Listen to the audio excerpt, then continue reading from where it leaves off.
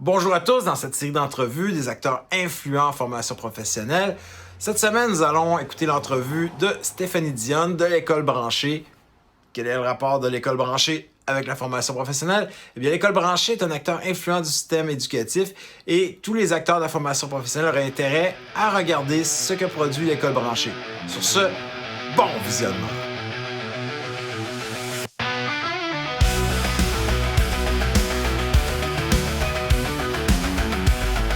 Avant de commencer l'entrevue, j'aimerais prendre le temps de vous présenter une organisation qui accompagne depuis plusieurs années les enseignants et enseignantes du Québec, l'École branchée. Si vous ne la connaissez pas encore, sachez qu'il s'agit à la fois d'un site web plein de ressources et d'articles, de magazines qu'on retrouve en version papier et numérique, et d'une belle présence active sur les réseaux sociaux, notamment Facebook et LinkedIn. Plusieurs de leurs contenus se retrouvent d'ailleurs déjà dans nos SharePoint de centres de services, ce qui rend leur matériel très accessible dans notre quotidien de la formation professionnelle. L'École branchée se distingue non seulement par la qualité de ses publications, mais aussi par son rôle de source d'inspiration et de valorisation du travail des enseignants. Ce qui est particulièrement intéressant, c'est que chacun d'entre nous peut aussi contribuer en soumettant un article, en partageant une expérience vécue ou en mettant en lumière un projet mené avec nos élèves. C'est un espace de communauté où les voix du milieu sont entendues et mises en valeur. C'est donc avec beaucoup de plaisir que je vous propose d'écouter Stéphanie Dionne qui va nous parler avec passion du rôle de la mission de l'École branchée dans l'accompagnement de l'éducation au Québec. En fait, moi, Eric, ça fait 20 ans que je contribue à l'intégration du numérique en éducation. Puis mon parcours a commencé quand j'étais au secondaire, puis que j'ai goûté à un cours en informatique. En fait, c'était plus spécifique que ça, c'était la dactylo. Donc, j'ai vraiment appris dès le début de mon secondaire à écrire, à développer un doigté au clavier. Puis par la suite, j'ai adoré mes cours d'informatique. Je trouve ça, et j'ai toujours trouvé ça important de comprendre le monde dans lequel on vit, le monde technologique, puis tous ces outils-là qui nous accompagnent au quotidien, personnellement, mais aussi professionnellement. Donc, ça m'a amené à travailler dans le milieu de l'éducation avec de marques qui offraient justement ce logiciel-là, Tape-Touche, en ligne. Et j'ai présenté au milieu de l'éducation également les tableaux blancs numériques interactifs. Les tableaux numériques interactifs. Et aujourd'hui, j'ai le bonheur de travailler à l'École branchée.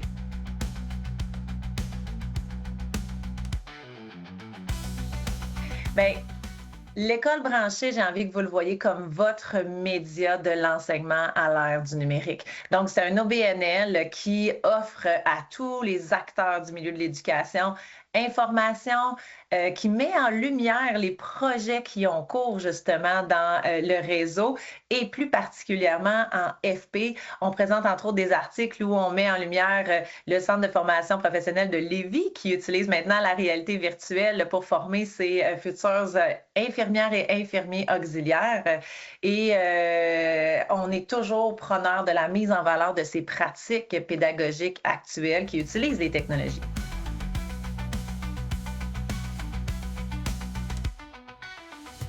C'est sûr qu'en plus du fil d'actualité, il y a un abonnement incontournable. C'est la revue professionnelle École branchée qui est publiée 3 fois par année.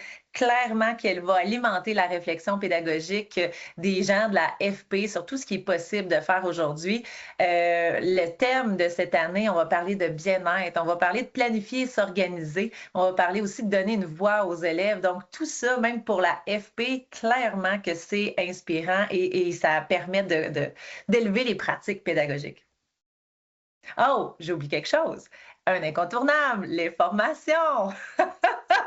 Là, on a une série de formations découvertes, tout en direct, offertes gratuitement. Mais pour les abonnés, c'est un accès à plus de 200 sessions de formation pour apprendre à mieux maîtriser son environnement numérique de travail, que ce soit Google, Microsoft, travailler avec les appareils iPad, par exemple.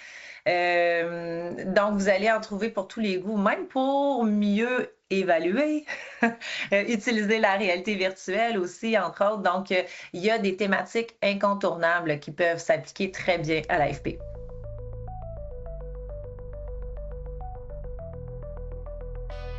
Ah, ça, c'est génial. C'est sûr que j'ai une invitation à lancer de vous joindre à la salle des profs, qui est un groupe sur Facebook. Je dirais ensuite de lire, pas de lire, de partager les projets que vous réalisez dans votre centre de formation professionnelle avec nous pour qu'on ait la chance de le partager, de faire rayonner ces pratiques-là. Fait que deux invitations, vous joindre à nous sur Facebook et de nous écrire sur les projets que vous réalisez avec vos élèves.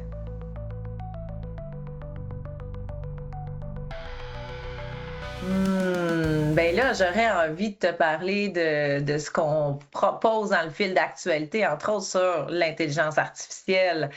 Tout ce qui est en lien avec l'intelligence artificielle, je pense que ça doit nous préoccuper, nous intéresser. Puis tout dernièrement, un article qui a vraiment cartonné en ligne, c'est celui qui parlait de l'intelligence artificielle. Est-ce que ça peut remplacer les enseignants? Donc, c'est une équipe de chercheurs de Concordia qui l'a publié. Fait que soyez curieux, puis allez consulter cet article-là. Ah! Le mot de la fin, je dirais que l'école branchée souhaite avant tout vous inspirer le plaisir d'innover et de cultiver votre passion pour le milieu de l'enseignement. Un gros merci à Stéphanie d'être venue nous parler de l'école branchée. Comme vous le savez, l'école branchée est un organisme à but non lucratif, donc si votre école, si votre centre de service n'est pas encore abonné, faites la demande à votre gestionnaire, c'est une question de survie pour cet organisme. Comme vous le savez, dans cette série de vidéos, nous essayons de trouver des gens qui ont des pratiques, des bonnes pratiques en formation professionnelle qui méritent d'être mises en valeur. Donc, si vous connaissez des gens qui sont intéressés à partager leurs bonnes pratiques ou leurs expériences, faites-nous signe, ça va nous faire plaisir de les avoir en entrevue. Sur ce, bonne journée!